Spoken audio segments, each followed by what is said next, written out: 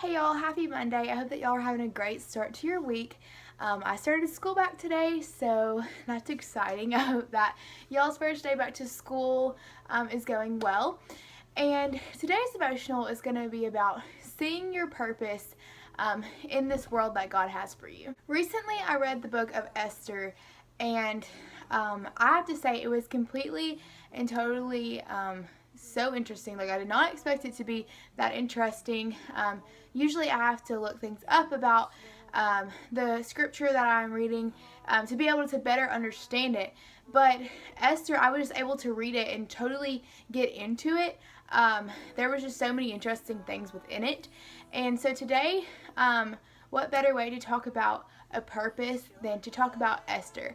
So I'm going to kind of give y'all the background about Esther just in case you have not read that book, but I definitely encourage you to read that book of the Bible because it was definitely so good. It's only 10 chapters and every chapter is very interesting. So let's get started on talking about it. Now, this is a disclaimer. Some of these names, I'm not for sure if I'm pronouncing them right, but I'm going to give it my best try.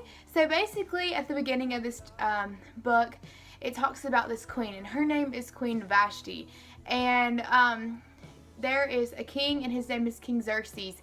And she is told to go and see him, and she will not obey the orders. So then they decide that she is no longer going to be queen. So basically they find 10 girls, all who are virgins, and I guess they look at them a certain way. They have to meet certain requirements or whatever. So they find 10 virgins, and they are basically in the running to be queen. And of these 10 virgins is Esther, and she is of the Jewish background. She's Jewish. And she does not tell them this because it's her adopted father, his name is Mordecai, forbid her to do so. So keep that in mind as the story goes on. So basically each of these girls gets a chance to go to the king, and there are more details within that, but to sum it up, Esther wins favor of everyone.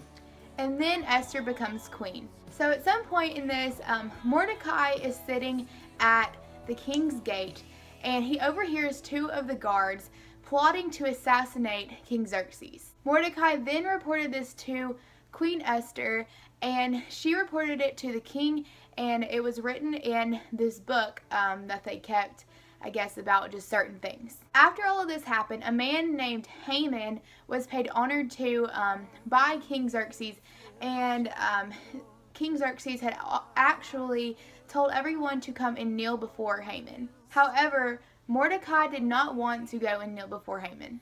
Haman was not very pleased with Mordecai that he would not bow down to him, so he decides not only to go after Mordecai, but to go after all of the Jews because he knew Mordecai was Jewish.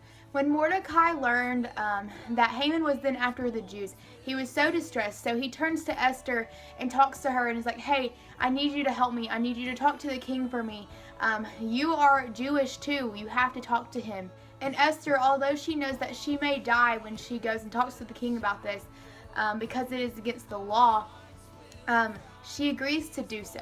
Esther then goes and talks to the king and asks to have a banquet with himself and Haman. As all of this is going on, Haman's rage for Mordecai is just growing and growing, so he decides to build this pole outside of his house that he is going to impale Mordecai on. During the night, King Xerxes could not sleep, so he decides to read the book, and it was the same book that Mordecai was written in for telling on the 2 guys who were going to assassinate the king. So King Xerxes starts thinking, and he's like, man, has Mordecai been paid any respect for this? So King Xerxes asks Haman, what can be done for a man who the king delights to honor? And Haman thinks that the king is going to do all of this for him. So he gives out this big elaborate plan of what the king could do to honor what he thinks is him. So then the king tells Haman, well, then go do all of this for Mordecai. After he does all of this for Mordecai, Haman is then called to the banquet of which Esther has asked the king and Haman to attend. And at that banquet, Esther bravely admits to being Jewish, and she asks for mercy upon her people. Then, I'm not going to tell the rest of the story. You can, I really want you guys to read Esther to find all the details and to read the rest of it. But basically, Esther is able to stop Haman from destroying the Jews, and Haman is then punished. He is killed, and she basically saves the Jews. She saves Mordecai as well. So now that I've told you most of that story, you're probably thinking, why did you take the time out of this video to tell me that almost that entire story of Esther? And that is because Esther was in that place at that moment for a purpose. And I want to share with you guys Esther 4:14. It is a very crucial point in this, and it says, "For if you remain silent at this time, relief and deliverance for the Jews will arise from another place, but you and your father's family will perish. And who knows but that you have come to your royal position for such a time as this." This is when Mordecai is begging Esther to help him save the Jews and to talk to the king for him. What I'm getting at is that he says, perhaps you have been brought to this for such a time as this. And that is so true. Perhaps whatever place you are in your life right now, you have been brought there for such a time as this. Perhaps wherever you are at your life, there is something that you need to be doing that can better someone else's life, that will change your life.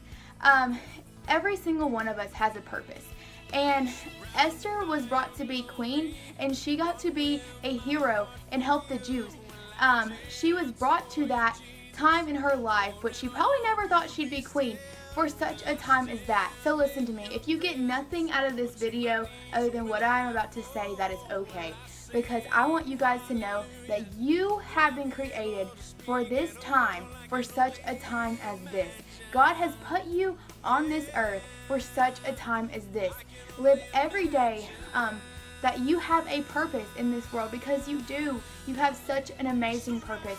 No matter what that purpose may be, you might not even know what the purpose is, but you have a purpose. And listen to me, do not give up on that. Do not give up on seeking God. Do not give up whenever things get hard. Do not give up, because you have a purpose in this world. God has put you here for a reason, and you have a purpose for such a time as this. Guys, I just hope that you guys have a great rest of the week, and I hope that you guys have learned some from this story of Esther, and I hope that you know that you have a purpose in this world.